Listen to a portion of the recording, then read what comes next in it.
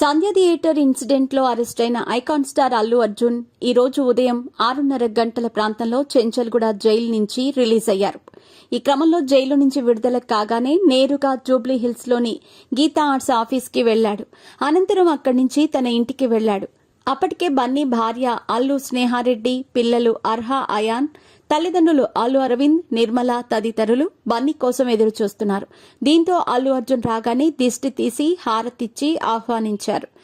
మీ pets కి grooming నుంచి birthday celebrations వరకు అన్నింటిలో మంచి ఆఫర్స్ ని మాయా టైల్స్ అండ్ ట్రయల్స్ వారు మీ ముందుకి తీసుకుని వచ్చారు. ఎక్కడో కాదు, మన బాజ్పల్లిలో. Phone number 8985555318. అల్లు స్నేహారెడ్డి హత్తుకుని ఎమోషనల్ అయ్యింది. దీంతో బన్నీ స్నేహారెడ్డిని ఓదార్చాడు. ఇక పిల్లలు రాత్రంతా నిద్రపోకుండా తండ్రి కోసం ఎదురు చూసిన అర్హా, అయాన్ బన్నీని చూడగానే ఏడుస్తూ పరిగెత్తుకుంటూ వచ్చి కౌగిలించుకున్నారు. ఫ్యామిలీ సభ్యులు కూడా బన్నీతో మాట్లాడుతూ ఎమోషనల్ అవుతున్నారు. ఈ దృశ్యాల్ని వీడియో తీసి సోషల్ మీడియాలో షేర్ చేశారు అభిమానులు. అయితే జైలు నుంచి రిలీజ్ అయిన తర్వాత విలేకరులతో మాట్లాడిన అల్లు అర్జున్ తాను ప్రస్తుతం బానే ఉన్నానని, ఆందోళన చెందాల్సిన అవసరం లేదని అభిమానులకి సూచించాడు.